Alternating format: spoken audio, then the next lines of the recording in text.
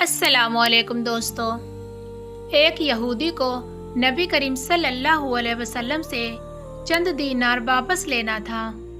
ایک دن نبی کریم صلی اللہ علیہ وسلم راستے سے گزر رہے تھے، تبھی وہ یہودی نبی کریم صلی اللہ علیہ وسلم کا راستہ روکتے ہوئے کہتا ہے، جب تک آپ میرا قرض ادا نہیں کریں گے میں آپ کو یہاں سے جانے نہیں دوں گا۔ نبی کریم صلی اللہ علیہ وسلم نے کہا، ابھی میرے پاس ادائیگی کے لیے کچھ بھی نہیں ہے۔ تبھی یہودی کہتا ہے، پر جب تک آپ میرا قرض نہیں دیں گے میں آپ کو یہاں سے جانے نہیں دوں گا۔ پیارے نبی صلی اللہ علیہ وسلم نے کہا، ٹھیک ہے تو میں نہیں جاؤں گا، میں یہیں پر بیٹھتا ہوں۔ کچھ دیر بعد صحابہ کو جب یہ بات معلوم ہوئی تو انہیں بہت غصہ آیا اور انہوں نے کہا، نبی صلی اللہ علیہ وسلم اگر آپ کہیں تو ہم اسے بہت تگڑی سزا دیں گے، پر آپ صلی اللہ علیہ وسلم نے کوئی بھی کارروائی کے لیے منع کر دیا اور کہا، تم یہاں سے دور چلے جاؤ۔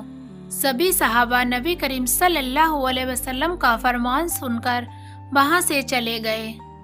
سورج لمحہ بہ لمحہ اتنا تیز گرم ہوتا جا رہا تھا کہ اس کی تپش سے آپ کے چہرہ اطہر مبارک پر پسینہ بہنے لگا۔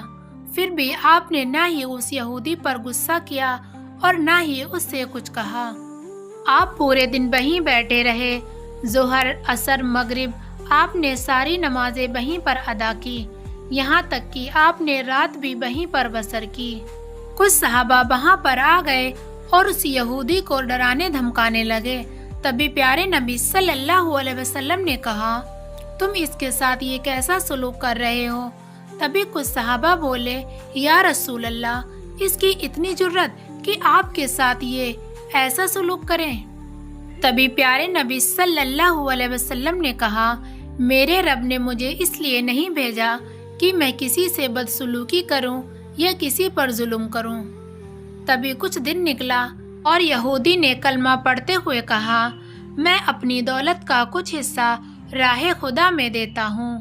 نبی صلی اللہ علیہ وسلم، میں نے آپ کو اس لیے نہیں روکا تھا کہ میں آپ کی توہین کروں، میں نے آپ کو اس لیے روکا تھا تاکہ میں آپ کے پیمانے صبر کو آزمانا چاہتا تھا، کیونکہ توریت میں نے آپ کی یہ صفت پڑھی ہے، محمد بن عبداللہ مکہ میں پیدا ہوگا اور طیبہ کی طرف ہجرت کرے گا۔ وہ غصے والا یا سخت مزاج یا پھر کوئی ظلم کرنے والا نہ ہوگا، اور نہ ہی زبان سے اپنے کبھی کوئی بات جھوٹ نکالے گا۔ میں نے یہ تصدیق کی ہے کہ واقعی توریت میں سچ لکھا تھا۔ نبی کریم صلی اللہ علیہ وسلم رسالت ہونے کے 3 سال بعد تک خفیہ طور پر اسلام کو پھیلاتے رہے۔ اس کے بعد اللہ تعالیٰ نے آپ صلی اللہ علیہ وسلم کو پیغام دیا کہ آپ کھلم کھلا لوگوں کو اسلام کی دعوت دیں اور سب کو راہ خدا کی طرف لائیں۔ ایام حشر شروع ہوئے تو لوگ عرب کی طرف سے مکہ کو آنے لگے۔ نبی کریم صلی اللہ علیہ وسلم کوہ صفا پر چڑھے اور آپ نے بلند آواز سے فرمایا، لوگو، میں اللہ کا بھیجا ہوا رسول ہوں، تم اللہ پر ایمان لے آؤ۔ جب سب لوگوں نے آپ کی یہ بات سنی تو کافی لوگ آپ کی طرف متوجہ ہوئے اور سب کے دل میں ایک ہی خواہش ہوئی کہ وہ اعلان کرنے والے کو دیکھیں۔ جب آپ صفا سے اتر کر مروہ آئے تو آپ نے وہاں پر بھی 3 بار یہی اعلان کیا۔ جب ابو جہل نے یہ اعلان سنا تو اسے سخت غصہ آیا اور اس نے ایک پتھر اٹھا کر آپ کی پیشانی پر مارا، جس سے آپ کی پیشانی مبارک زخمی ہو گئی اور پورا چہرہ خون سے لہولہان ہو گیا۔ اس کے بعد تمام مشرکین آپ پر پتھر مارنے لگے۔ نبی کریم صلی اللہ علیہ وسلم جب زیادہ پریشان ہو گئے تو مجبور ہو کر کوہ ابو قبیس پر چڑھ گئے اور ایک چٹان کے پیچھے جا کر چھپ گئے۔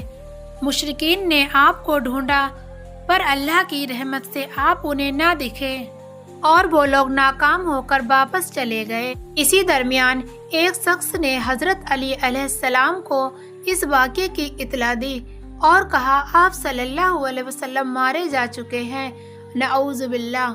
یہ سن کر حضرت علی علیہ السلام کو بہت دکھ ہوا۔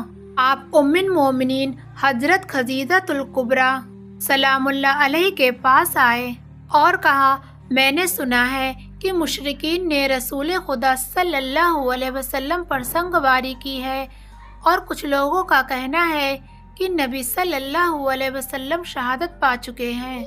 آپ روٹی پانی اٹھائیں اور میرے ساتھ چلیں۔ مجھے یقین ہے کہ کہیں نہ کہیں نبی صلی اللہ علیہ وسلم کا کوئی نہ کوئی پتہ ضرور ملے گا۔ آپ وادی پر نظر رکھیں اور میں پہاڑ کے دامن میں نبی کریم صلی اللہ علیہ وسلم کو تلاش کرتا ہوں۔ آپ روتے ہوئے آگے بڑھے اور آپ نے کہا، یا رسول اللہ، ہمیں جواب دیں، آپ کہاں پر ہیں؟ میری روح آپ پر قربان، آپ کس وادی میں بھوکے پیاسے ہیں، اور آپ نے مجھے اپنے ساتھ کیوں نہ لیا تھا؟ حضرت خدیجہ رو رو کر فریاد کر رہی تھیں کہ کوئی ہے جو مجھے نبی صلی اللہ علیہ وسلم کی خبر دے، کوئی ہے جس نے نبی صلی اللہ علیہ وسلم کو دیکھا ہو۔ اس وقت حضرت جبرائیل علیہ السلام رسول خدا نبی صلی اللہ علیہ وسلم پر نازل ہوئے۔ ان کے پیچھے ملائکہ کی بہت ساری صفیں تھیں، اور انہوں نے نبی صلی اللہ علیہ وسلم سے کہا، اے اللہ کے رسول، ہمیں جبار نے آپ کے فرمان کی تعمیر کرنے کے لیے بھیجا ہے۔ اگر آپ کہیں تو ہم ان کو سب کو مٹا دیں اور اس قوم کو ختم کر دیں، تاکہ دنیا میں ان کا کوئی بھی نام و نشان نہ رہے۔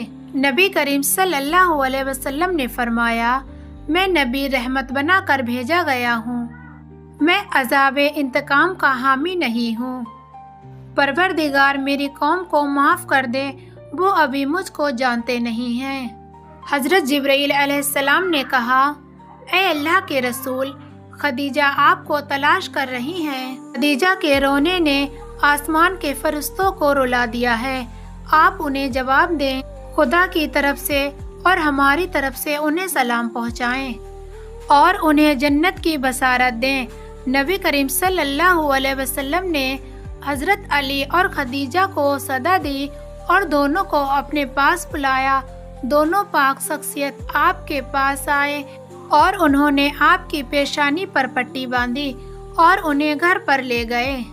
جب مشرکین کو معلوم ہوا کہ نبی کریم صلی اللہ علیہ وسلم گھر آ چکے ہیں، تو انہوں نے گھر کا معاشرہ کر لیا اور گھر پر ہی سنگباری شروع کر دی۔ حضرت علی اور حضرت خدیجہ سلام اللہ علیہ آپ کا دفاع کرنے لگے۔ جب سنگباری میں تھوڑا سا وقفہ ہوا تو حضرت خدیجہ گھر سے نکلی اور انہوں نے چلا کر کہا، اے فرزندان قریش، کیا تم سے حیا رخصت ہو گئی ہے؟ تم اپنے قبیلہ کی معزز اور محترم خاتون کے گھر پر سنگباری کرنے لگے ہو۔ اگر تمہیں خدا کا خوف نہیں ہے تو دوسروں کو اپنے اوپر ہنسنے کا موقع تو نہ دو اور اپنے لیے زندگی بھر کی ذلت تو نہ لو۔ جب انہوں نے حضرت خدیجہ سلام اللہ علیہ کی گفتگو سنی تو ان کے سر شرمندگی سے نیچے جھک گئے اور وہ شرمندہ ہو کر اپنے اپنے گھروں کو چلے گئے۔ نبی کریم صلی اللہ علیہ وسلم نے دعوت اسلام کی شروعات ان روح فزا واقعات کے ساتھ کیا تھا۔ آپ صلی اللہ علیہ وسلم پر ہزاروں کروڑوں درود سلام ہو۔ آپ نے لوگوں کو گمراہی اور جلالت سے بچانے کے لیے قدم قدم پر پریشانی جھیلی اور بہت سارے صدمے بھی اٹھائے۔ امید ہے آپ لوگوں کو آج کی یہ ویڈیو بہت اچھی لگی ہوگی۔ اچھی لگی ہو تو ویڈیو کو لائک اور چینل کو سبسکرائب کرنا نہ بھولیں۔